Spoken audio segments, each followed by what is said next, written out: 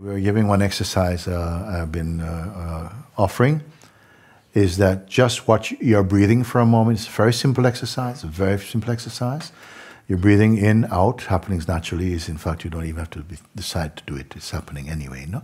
But now to bring your focus into that as you breathe out, have the sense that all things that are in the mind, plus identity, all the thoughts, all the different kind of things, as you breathe out, you're exhaling all the air, the breath, because breath and mind is very linked, you know. You watch and you're going to see. As you breathe out, it's taking everything out. When the air comes back in, it comes back empty. It's not able to bring anything back with it. It comes back in only as air and space. Out, everything that's felt like it's been holding on, everything like this, your attention is present, everything out. Yes. This is an exercise, after a very, very short time, you see it actually, you're empty anyway. Because you first, you use that guidance, just, doesn't matter what it is, doesn't matter what the thought is saying, you exhale.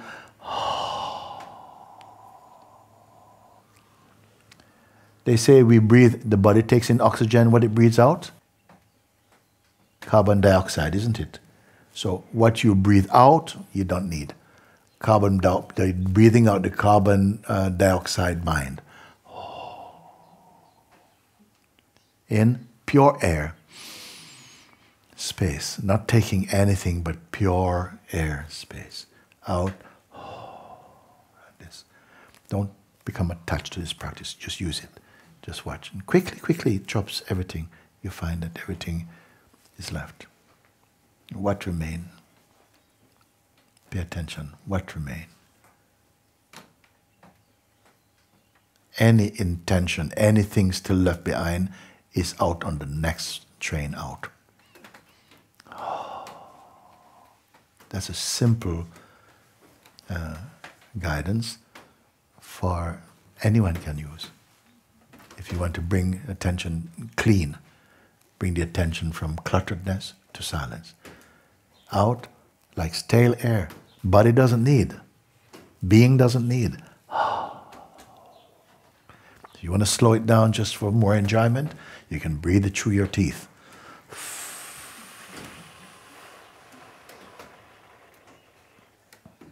When you come to the end, if you want to give more, give another 3 squeeze.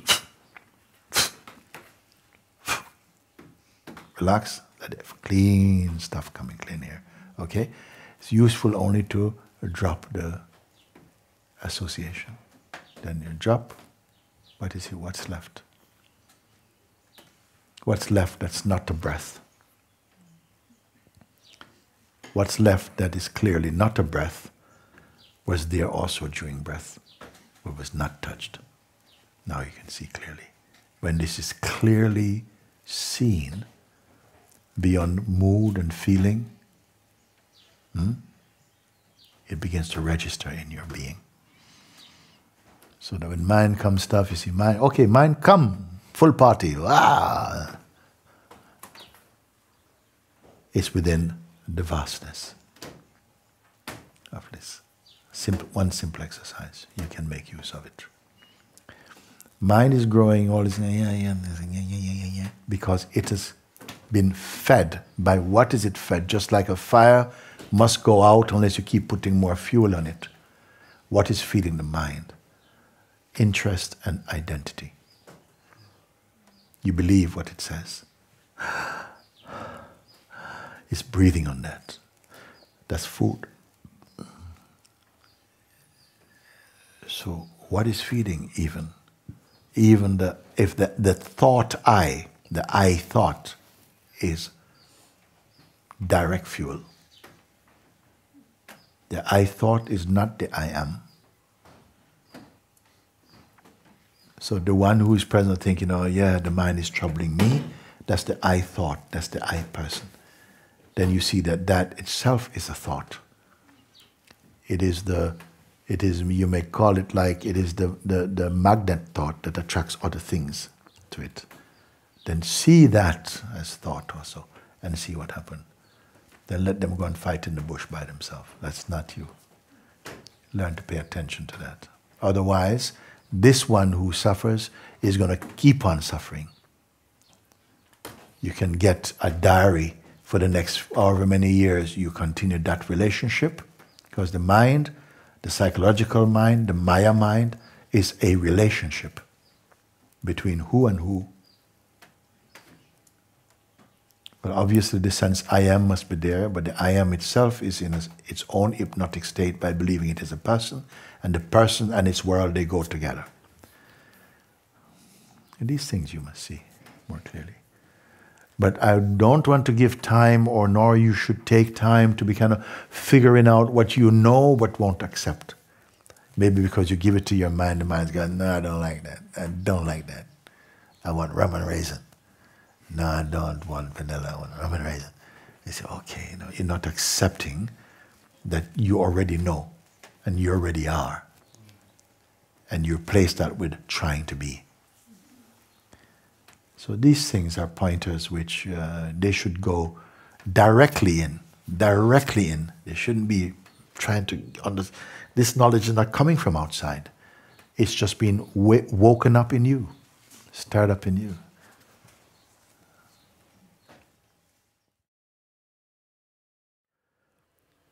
As soon as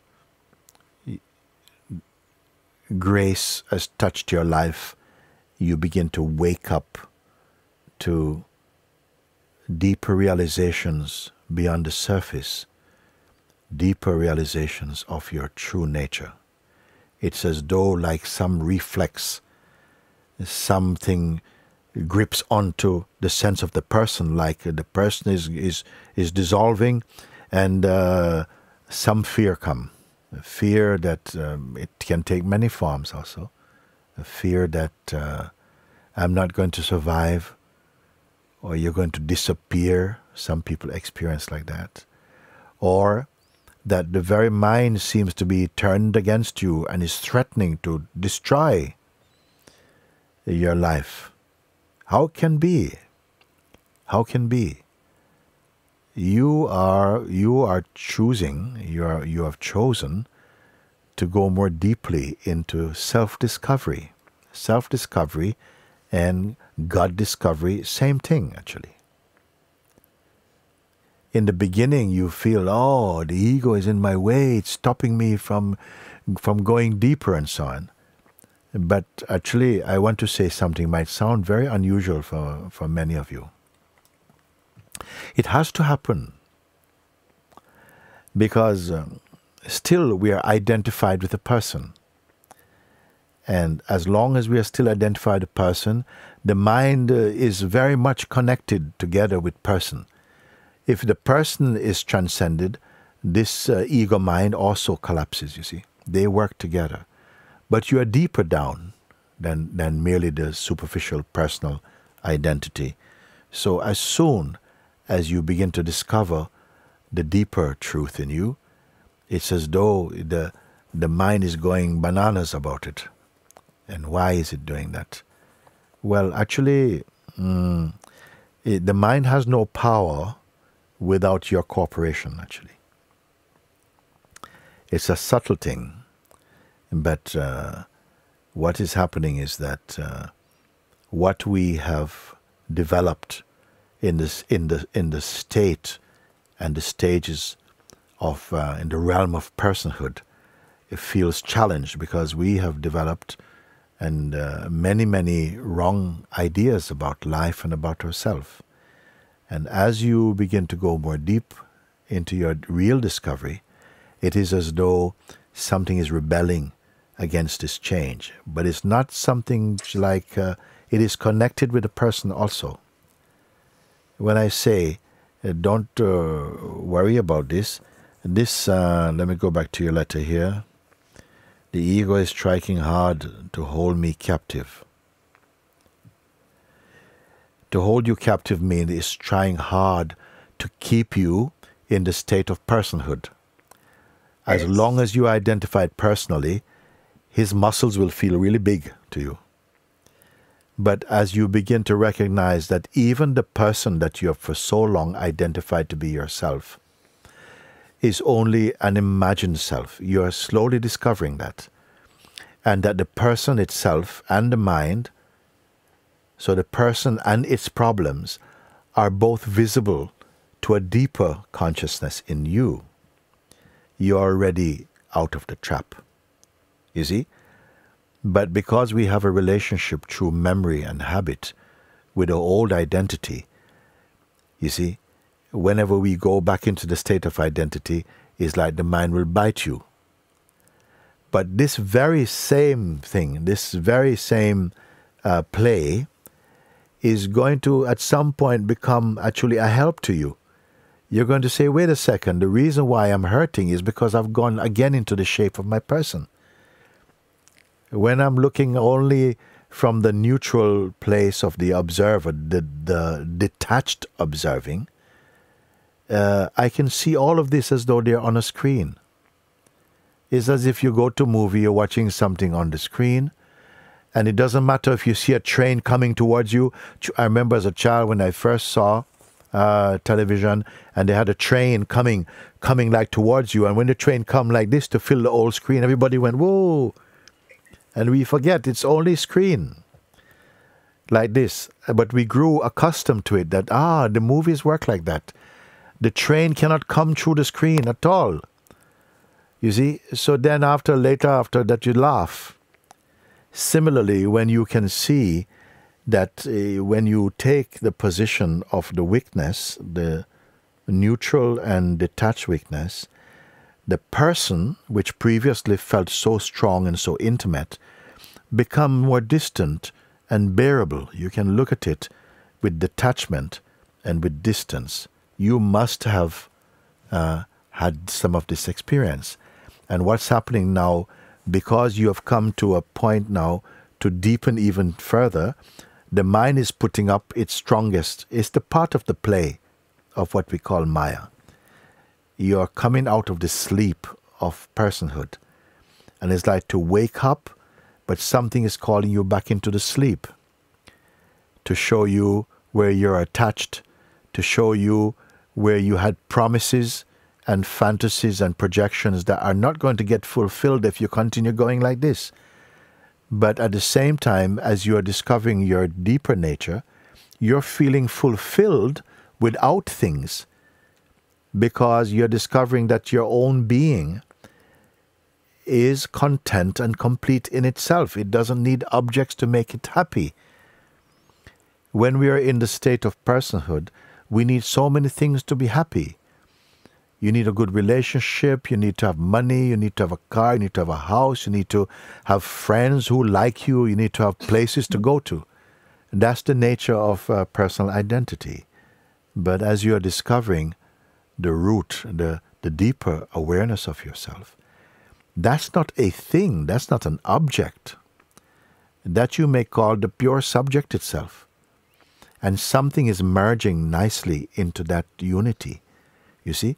And it is as though, it appears as though the mind and the person doesn't want to go there. Then you can see, as you're leaving one realm to go to a deeper or higher realm, you see you have this little tension, this friction is there. But don't worry, you cut the strings to that by remembering, but I'm still here. Look to yourself. Don't look through the senses and the mind and memory, because they will confuse you. Just keep paying attention to that formless awareness in you. And these things, they just vanish. They're like this. No? Yes, Papa. Thank Yes, you so much. Yes. Thank you so much. Yes. I have a question. Can I ask a question? Yes, please do. So I know it's the story of the ego, but I would like to expose it.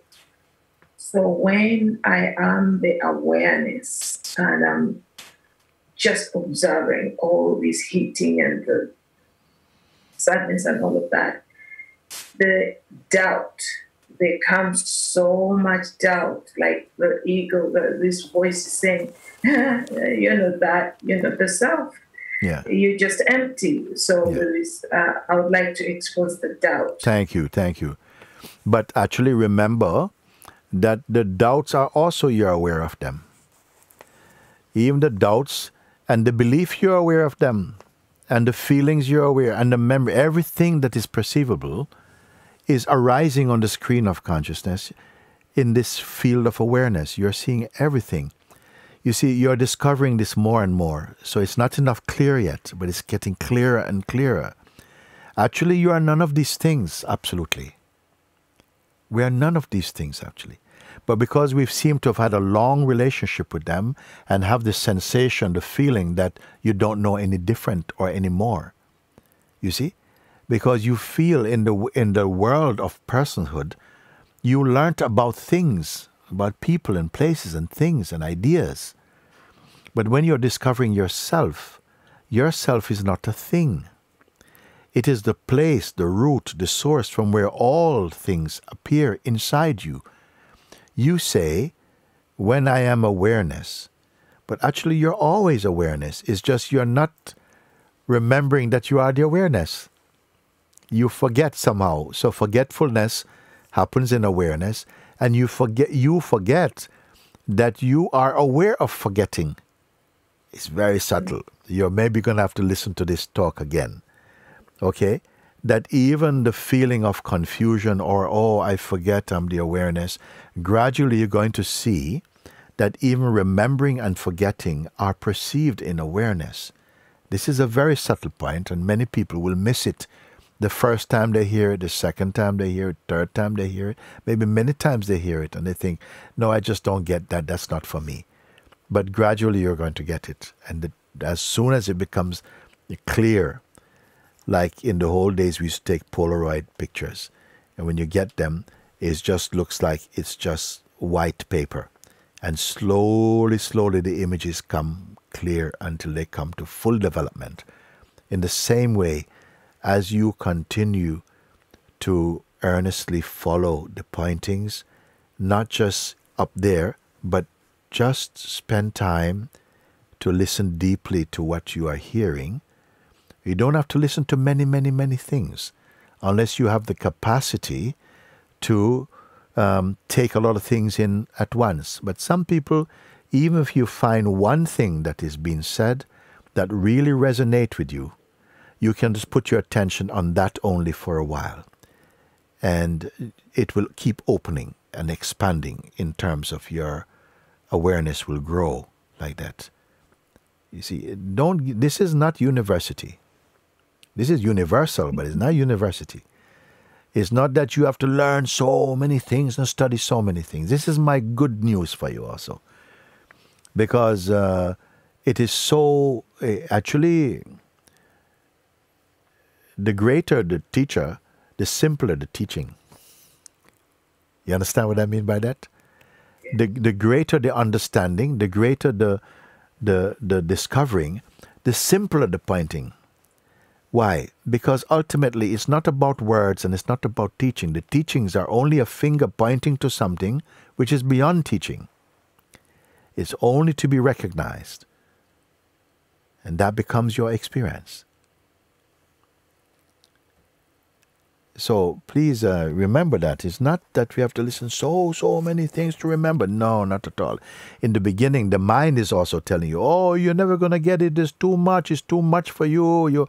You're not good enough. You didn't come from a spiritual background. It tells a lot of lies. But this is part of your growth. So that you come, every lie, every failure is going to be a teacher for you. And you come to see that actually, I had to go through much of these things, not everything, because many things you have gone through already, you don't know that. Many things throughout the journey of your soul, you have gone through already. Now you have a portion of things you must look at. And if you see them properly, you may not have to go through much more again. This is where I am coming in with you. You see, you have some things that this life has brought you, that you must be aware of them. They're not meant to be on top of your head. The more you don't go up in your head, stay in your heart and watch from the place. Know that everything you see, hear, touch, feel, sense, or imagine, they are just illusory. You don't have to hold on to any of this thing. You see? Don't reject them cynically, but don't combine yourself with anything. And you'll see that you'll come to a place of a kind of emptiness inside you. And automatically, you'll begin to recognize you're in the presence of God. You see, you're not going to meet God in a noisy place within yourself. The noisy place is more mind. When we say meet God, I mean like you're becoming singular. You can meet, when I say God, don't think of God as some shape, as some particular entity. Because God is so amazing, it's in everything. Nothing can exist, not one atom can exist without what I call the God supreme awareness self. It's all the same one. We just know and call it different names because we have different temperament, different education, and so on like that. But you're going to go beyond all these things and find this place within you that has no shape. And you see that actually it is not different from what you are. We have been so accustomed to identify with shape, the shape of this body, the shape of your education, the shape of your conditioning or your whatever we are called. But it's okay for a while. We are not all at the same stage. As you mature spiritually, you find that you can bear your own shapelessness. I have said before, when you can bear and be the emptiness, you are free. Always we are holding on to some shape, and every shape is a limitation. But God made all the shape also. At one time, some things were very precious to you as a shape. But as you grew, they became less important. Eventually you could give them away even. Sometimes you spent a lot of effort, a lot of money, a lot of struggle to get one thing. And after a while, it loses its value for you because it never had value in itself. The value was in your mind. And as you grew and became more mature, you could surrender it, you could give it away. One day you can give the whole world away. And you'll find you are supremely complete. You see, giving it away simply means it's not yours in the first place. But you give up your attachment to things. And don't think you insult God by doing that. In fact, it puts everything in front of you. The mother put all the toys on the floor in front of the child to play. Then one day he wants this toy and that toy is crying, I lose this, I want another toy. Then one moment he just want mother only. One day you will not want all these things. They are useful up to a point, but they're only here for you to grow. And to realize, you see, all these things exist in you, but they are not you physically only. That is what you're discovering, you see. So what you're going through, regard it as this is God's grace to me. He gives me all these troubles so I can overcome them. I used to say that consciousness creates the sense of a problem in order to have the experience of transcending it. And by transcending something, you go beyond it, means that it cannot tempt you anymore. It's not in your way. And you don't have to go through everything in the world one by one by one. Find the things that come to you that makes you, that brings you into the state of personhood. These are the things you need to look at, because these are the things that will give you the sense of binding you. You see? Yes. You don't curse anything, don't curse anybody. You see? And you find you're doing very nicely. And I stand with you on that one. Thank you, Koichi. Thank you. Thank you, thank you. I love you so much. Love you so much. So good. So wonderful. So wonderful. Thank you, my love, Jacinth.